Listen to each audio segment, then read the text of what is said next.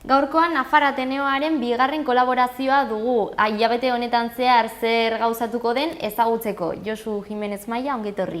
Mi esker honitz. Eta Arratsaldeon. Arratsaldeon bai zuri ere. Zer modu zaude? Ongi. Ongi. Bai. Ze gainera, hori ekintza asko, ez? Aste honetan bihar saio banaketa bat. Bai. Iruña hiria izeneko sariketa. Gainera oso pozik gaude zen jende haunitzek aurkeztu zuen poemariorik, 22 euskaraz, oso kopuru polita dena. Iaz adibidez bakarrik 9 eta orden 22, maila handiko poema sorta gainera, eta irabazlea izan da Aintzane Galardi Portu. Berako Tokiona institutuan aritzen den neska bat, eta lehenagotik ere hainbat poesia liburu argitaratuak dituena. Eta oso poemario ederra, gainera ederki ornitua, egodun poemak izeneko poemarioa da, eta baditu benetan harri bitxiak. Eta orduan bihar, arratsaldeko 6etan jasoko du, ez bakarrik sariari dagokion diru kantitatea, baizik eta liburua bera, ez? Nik uste dut Ateneoak antolatzen duen sariketa honek baduela balio erantzi hori. Alegia, ez dela bakarrik diru kantitate bat, kasu honetan 3.000 euro gainera, kantitate ederra da, baizik eta liburua ere ematen dela diruarekin batera, eta txukun, denon artean argitaletxearen eskutik, eta bihar Kondestable jauregian Iruñeko alkatearen eskutik Aintzane jasoko du. Erderaz ere Juan Leiva Martinezek ere jasoko du berea, eta han egongo gara. Saridun bakarra kategoria bakoitzean, baina ikusten da hor kalitatea badagoela, ez? Bai, egia esan gu oso pozik gaude, gu esaten dudalaik, naiz esaten epaimaikide osatu genuenok, alde batetik argitaletxeko editorea, bestetik Jon Barberena, lehenago ere sari hau bera jasotako poeta batek, eta neronek. Eta jaso genituen lan haunitz, 23, euskaraz hori asko da, eta gainera leku askotatik, baten bat Japoniatik ere, bai? Beraz, gure sariaren berria llegatu da ere Japoniaraino, harrigarria bada ere, guk ez dakigu nork egin duen, ez? Baina, postaz jasotakoa, badakizun nondi jasotzen duzun, ez? Eta, topikoa dirudien arren, ez da topikoa, benetan zaila izan genuen ebaztea nori eman, ze Aintzaneren lana bikaina bada ere, baziren ere, beste batzuk, beste asko argitaratzeko modukoak ere bazirenak. Eta orduan, gelitu ginen olako sensazio ederrarekin, ez? Eta, pozgarria da, poesia ez dago ia, ez? Sarren Hendiak ateratako liburu hortan planteatzen zuen duela gutxi, ez? Poesia ia dago, poesia ez dago ia, bixi dago, eta euskaraz, eta Iruñan. Eta, hau da, 3. edizioa antolatzen dena? Bai, 3. urtez euskaraz. Lehenago erderaz ere eginda, eta euskaraz 3. urtea da, bai. Eta horretarako da izan ere horrelako ekimenak horretarako dira, ez? Sustatzeko azkenean literatura eta literatura mota hori, konkretuki. Bai, hala da. Batez ere, gazte jendeak ikus dezala badagoela modu bat betiko argitaletxetatik aparte euren lanak ezagutzera emateko. Eta sariketa bat ez da bakarrik ikustea, eman didate diru kantitate bat, ez? Baizik ikustea zure poemak Julian Beltz argitaratuta liburu batean, eta hori beti ere oso pozgarria da. Eta azkenean ere hori ez, sustatzeko eta ikusarazteko harritu egin zaizue, esan duzu, ila ez dago, hori harridura puntu bat badauka esaldi horrek, ez? Bai, gu badakigu poesia beti badela gutxiengo baten kontua, ez? Baina, bueno, ikusten duzunean, lehenbiziko urtean uste dute aurkeztu zirela 12 lan. Bigarren urtean aurkeztu ziren 9. Eta orain gontan aurkeztu direla 23 barkatu, bueno, esaten duzu, badago jendea ez, poesia idazten duenik, irakurtzen duenik, eta hori, pozgarria. Eta gazteleraz, aldago, ez dakit, talde handia kopuruaren aldetik? Bai, gaztelaniazkoan, Argentinatik eta Perutik eta Kolonbiatik eta leku honetatik igortzen dituzte lanak, eta kantitatea orain ez du gogoan, kantitatea handia da, bai. Eta nola deskribatuko zenuke euskarazko kategorian sariduna izan dena egodun poemak? Zein da poemario horren berezitasuna? Nik uste dut oso xamurra dela, euskararen erabilpen bikaina du, eta beste aldetik oso ongi hornitua ez bakarrik euskararen aldetik, baizik baita ere poemekin bat datozen irudiak, ez? Eta egunerokotik poemak ateratzeko gaitasun hori harritu ninduen ni, ez? Ez dut buruan gogoan zehatz eta barkadieza dela egileak, ez naiz kapaza hitzez hitz errepikatzeko bere poema, espero dut geizki sartzea, ez? Baina badu poema labur bat, ez? Egun sentiari lotua, ez? Eta jaiku izan gabe, baina egun sentia datorrela zertara eta eguna zipristintzera, ez? Eta horren, ze irudi polita, ze irudi xamurra, eta bueno, buruzari naiz eta gogoratzen dudan batio da besterik, ez? Baina oso poemario ona. Gauza asko daude hor hizkuntzaren erabilera, baina gero irudiak sortzeko gaitasun hori azkenean lotuta dagoela, eta azkenean horrek egin du irabazle bilakatzea. Hala da. Eta gero, datorren astean beste ekintza bat, astelenean. Bai, datorren astelenean bada liburu baten inguruko mahai inguru bat. Duela urte desente, 2002an edola, egin ziren jardunaldi batzuk Iruñari buruzkoak, Iruñako historiari buruzkoak, eta jardunaldi horietan hainbat ponentzia, hainbat lan egin ziren, eta gero krisia zela eta ez zen gauzatu ponentzia horien bilketa, eta orain zorionez Udalberriarekin, Iruñan, berriz apailatu dira ponentzia horiek, gaurkotu dira, eta orduan Iruñiko historia izeneko liburua eman zen argitara, uda baino lehen, Pamilaren eskutik, Pamila argitaletxearen eskutik, liburu mardula da, azken finean 32 egilek egindako liburua da, beraz ez da gauero mesanotxean izateko liburu bat, baizik konsulta zehatzak egiteko, baina benetan oso liburu hona da, gaztelania zalakorik ez dago, Iruñaren historiari buruzko hainbeste atal, hainbeste ikuspuntu, ikuspuntu geologiko, ikuspuntu geografikoa, historikoa, eta orduan, gu pentsatu genuen, pena bat zela, liburu hori gelditzea pixka bat hor bazterrean, Eta orduan, egin beharrean liburu aurkezpen klasiko bat, egin behar duguna da mainguru bat, 4 egile jarrita, 4 egile horiek dira obraren koordinatzaileak beraiek, Iñaki Azkona eta Roldan Jimeno Juirozianaren semea, eta gero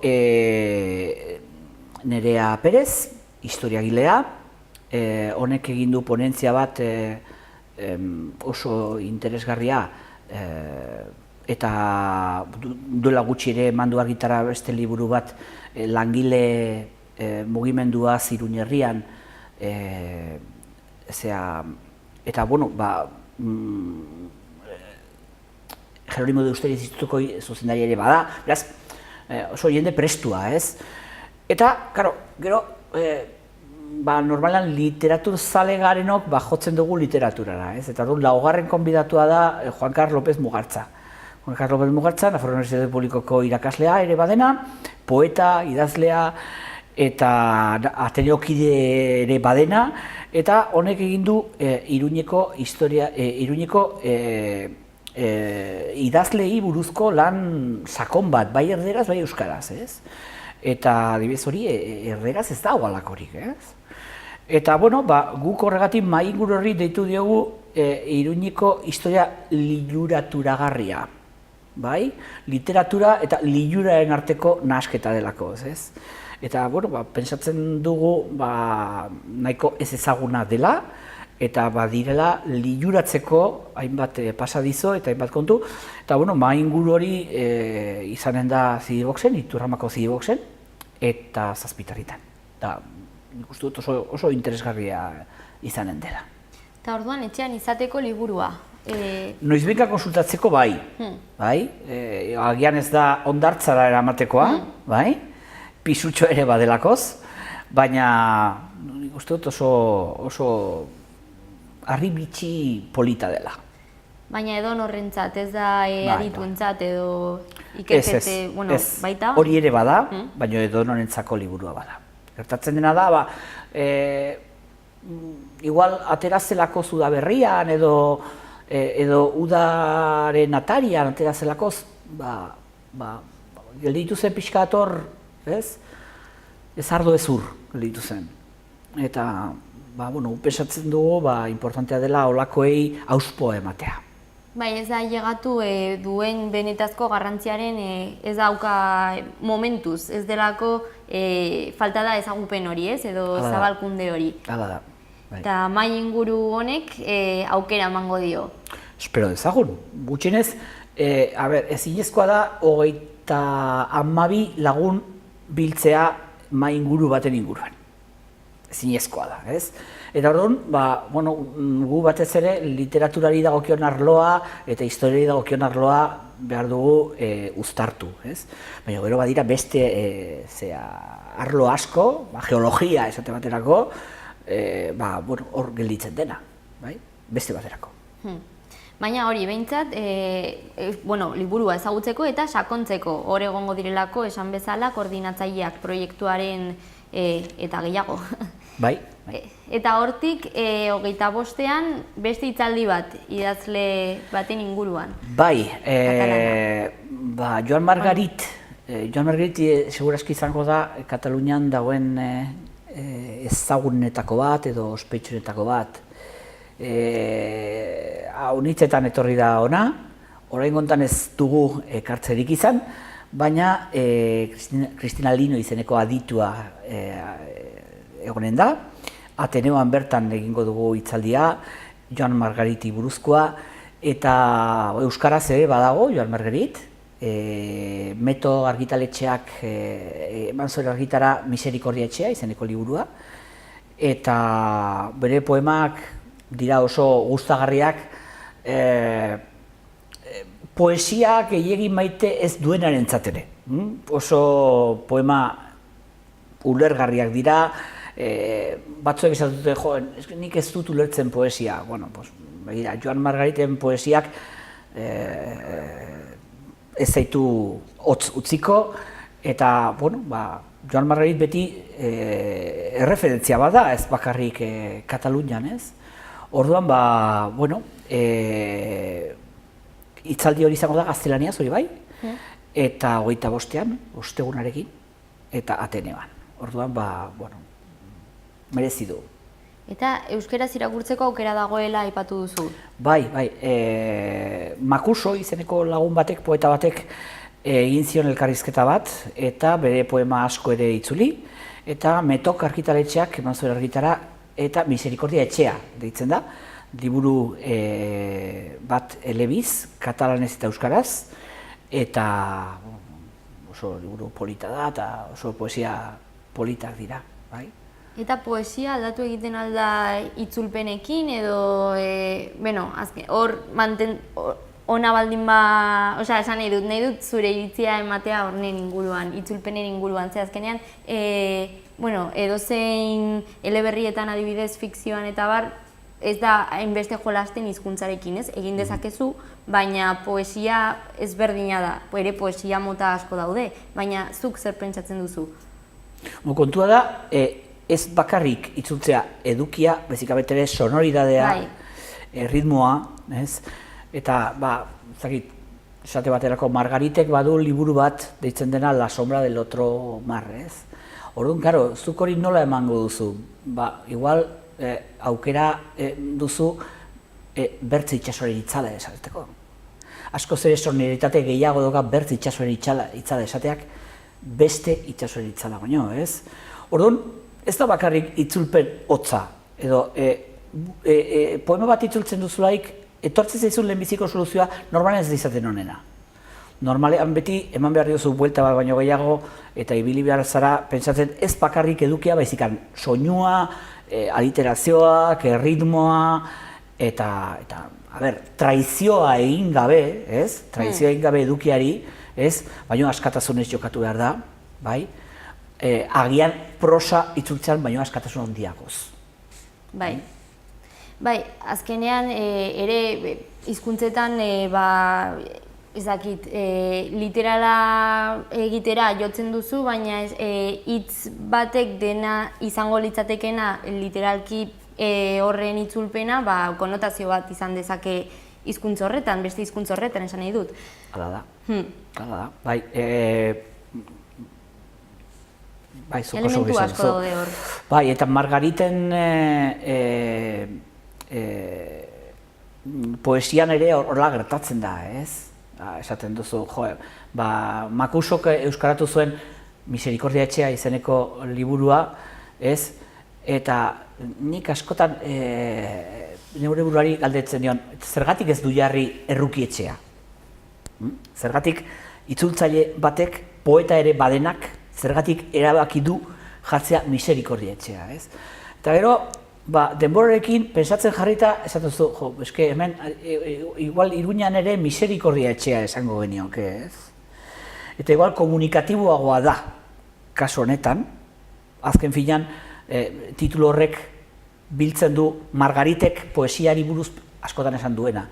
Margaritek askotan esan du poesia dela azken Miserikordia etxea, ez? Babesleku bat, helduleku bat, ez? Eta orduan esaten duzu, zuk Arestian errandu zen bezala, ez? Hitz batek, ez, nola markatzen duen, ez? Orduan, bai, lana da. Hala da, bai. Bai. Eta Kataluniatik Japoniera joango gara azaroan, ez? Erakusketa batekin. Bai, lehenago, badago beste kontu bat, eta da Javier Calzacortaren hitzaldi bat, azaroaren 5ean, astelehenean Kondestable Jauregian ere egin behar dena, 7:00 Javier Calzacorta Deustuko Unibertsitateko irakaslea da, euskaltzaindiako kidea ere bada, eta ipuingintzaz eta herri literaturaz Euskal Herrian gehiendakinetako bat. Ipuingintzan beti bere liburu zahar horiek dira erreferentzia. Ez bera ibili zen, baserri eta herri hasierako formulak, bukaerako formulak eta holako bitxikeriak biltzen. Orduan, berak egin du taxuz lan hori, baserri bilita, baina gero jakin izan du transmititzen. Eta berak ez da bakarrik asko dakiela, oso gizon jantzia delako, oso ongi dakiela transmititzen. Hori oso importantea da. Eta orduan orain egin duena izan da baladei buruzko liburu bat, Euskal baladak. Eta egin du azterketa kritiko bat. Bi liburuki, azaroaren 5ean ere aurkeztuko direnak, eta emakumeen rolari buruzko azterketa berezi bat. Orduan, liburu horiek badute balio erantzi hori, azken finean emakumeen rola euskal literaturan zer izan den eta Euskal Herrian zer izan den. Orduan, azaroaren 5ean hori dugu, Javier Calzacortak diodanez oso oso komunikatzaileona da, ez? Oso ongi komunikatzen du, eta orduan, uste dut merezi duela, liburu horren aurkezpenera joatea.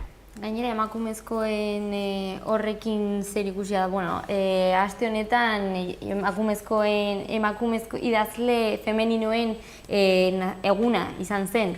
Eta beti hor egon direlako pseudonimoen atzean eta barez, eta baina, beno, oso ongi dago, bai, azkenean ikusten ahotsa ematen zaiela gero eta, bueno, ez dakit sartzen ari naiz ni bakarrik bere kanal batetan hitz egiten dudan bitartean. Oraindik, bai, asko egiteke dago, baina hor daude. Bai, eta sartu zara esparru horretan, baina arrazoi duzu ze euskal baladetan iaia ez dago baladarik emakumea aipatzen ez denik. Emakumea da protagonista euskal balada gehienetan, ez? Horrek badu, merezi du aipatzea, eta emakume bat baino gehiago agertzen dira, eta rol diferenteak, eta hori guztia jakingarria da, eta interesgarria. Interesgarria, bai. Bai. Eta hortik bai, Japoniara joango gara azaroan, ez? Bai, Nafarra Ateneoan jaiku tailer bat eman dugu hainbat urtez, eta tailer horretara Gasteiztik etortzen zen Maiela Zurutuza. Maiela Zurutuza artista gazte bat da, eta berak nik argitaratutako liburu batetik irauzitako jaiku batzuekin egin du komorebi izeneko estruktura zenbait. Komorebi da japonierazko hitz bat, itzultzen zaila dena. Izango litzake komorebi ostoen artetik pasatzen den argi zerrenda, edo eguzkiaren argia, zerbait, ez oso irudi polita, bai. Poetikoa, ez, eta guk ez dugu hitz bakarra, inglesez ere ez dago hitz bakarra hori esateko, ez. Japonieraz komorebi. Orduan, Maielak egin duena, zera da, egin ditu estruktura batzuk, zintzilik jartzen dituen estruktura batzuk, eta bertan agertzen dira jaikuak, eta barnetik led argiekin argitzen da dena. Orduan oso gauza bitxia da, berak otsailean erakusketa egin zuen Gasteizen, eta orain badugu aukera azaro osoan Iruñeko Yamaguchi liburutegian ikusteko komorebi izeneko estruktura hori. Azaroan etortzekoak dira Japoniatik ordezkari batzuk, Japoniako gobernuaren ordezkari batzuk, bisita kulturala, Iruña eta Yamaguchien arteko binazkatzea dela eta binazkatze horren karietarat etorriko dire Yamaguchi prefekturako ordezkariak, eta eman nahi diegu sorpresa txiki hori, ez? Eiek ikus dezaten, hemen ere jaikua maite dugula, euskaraz egiten dugula, eta, espero dugu haien gustuko izatea. Eta orduan, erakusketa bat eta tailer bat? Bai, normalean jaiku tailerra Ateneoan bertan egiten dugu, baina japoniarrak etorri behar direlarik eta eginen dugu jaiku tailerra zazpietan Yamaguchin bertan. Eta, esan behar da, tailer hori irekia dela, zabalik dagoela, eta Ateneoko kide izan ala ez, inork interesik baldin badu, jaikua ezagutzeko, jaikua zertan datzan jakiteko, etor daia zazpietan, eta, hor ez gara asko biltzen, baina bai biltzen garela batzuk, Josu Osta, Bingen Amadoz, Carmen Balois, Maira Zurutuza bera, Rafa Blanco, eta denok gure jaiku txikiak egiten ditugu, elkarri erakusten dizkiogu, elkarrengandik ikasten dugu, eta azken finean da japoniar moldeko poesia txiki horiek euskaraz egiteko aitzakia bat. Eta nolakoa da jaikuren mundua? Sartzen baldin bagara, zer ikasiko dugu horren bitartez, edo zer aurkituko dugu? Aurkituko dugu, normalean ezagutzen dugun poesia liriko ez den beste zerbait, bai? Normalean, Margariten poesian edo beti poesia lirikoa da, ez? Sentimenduak plazaratzen ditugu, eta jaikuen bidez ez dira sentimenduak plazaratzen, baizik sensazioak. Eta beti ere naturari lotuak.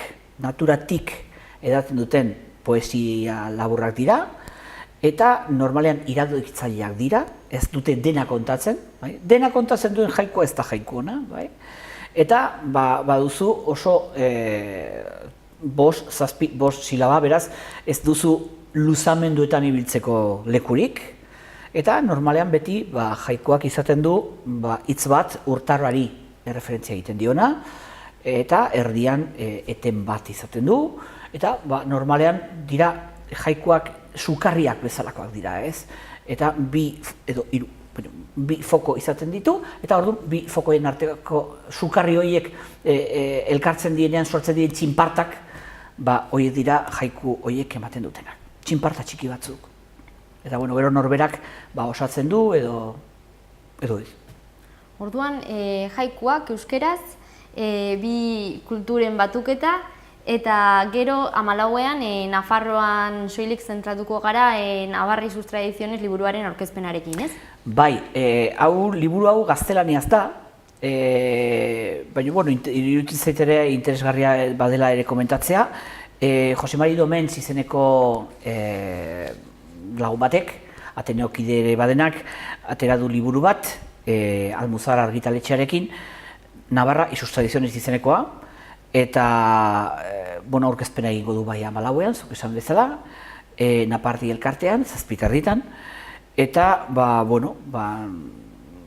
beti aipatzen dira hainbat tradizio eta hainbat ohitura, gainera oso kuriosoa ere bada ikustea nola urte gutxi duten ohitura batzuk bizitza osokoak balira bezala hartzen dira, ez? Badira, hori ere, adinaren arabera ere bada, ez? Gazte batendako, igual 6 urteko tradizioa duen ekitaldi batek, igual ematen aldio izan daitekela bizitza osokoa, ez? Bere bizitza osokoa, ez? Hori oso kuriosoa da, azken urte hauetan gainera, azken hamarkada hauetan, Donibaneko suak eta hainbat adierazpen kultural berpiztu dira, hainbat auzotan. Hemen Berriozarren bertan adibidez, begira ze garrantzia duen Donibaneko suetan egiten den ekitaldiak, baina, oroitzen naiz duela 25 urte bez, asko jende gutxiago biltzen ginela olakoetan, ez? Gaur egun egiten da akelarre bat, ez? Baina duela urte gutxi batzuk pentsa ezina zen, ez? Orduan, gazte bati galdetzen badiozu Berriozarren ze ohitura den, esango dizu, bai, akelarre egitea Donibanesuetan. Azken 3-4 urte hauetako kontua izan da, ez? Baina kuriosoa da, ez? Jendeak nola bizi dituen, ez? Eta nola interpretatzen dituen gauzak. Egia da, hainbat herrietan eta hola, suspertu direla hainbat erromeria eta hainbat ohitura, ez? Eta horiek guztiak eta gehiago biltzen ditu Jose Mari Domensek bere liburuan. Bai, azkenean gizarte aldatzen doa eta hori horren islada da. Bai, hala da. Egia esan ez da liburu bat agian, nola esan, hemengo bat asko harrituko duena. Baina, adibidez, Nafarroa zer den ezagutu nahi duen kanpoko batentzat oso opari ona izango liteke. Hor daukagu, gaztelerazko liburu bat oso interesgarria. Eta hortik Euskal Irakurleen biltzarra ospatuko da, ez? Hortik gutxira. Bai, azaroaren 24an, beraz, oraindik falta dira egunak, oraindik falta dira 5 aste, baina bada ekimen importante bat, lanean ari gara aspalditik horren inguruan, eta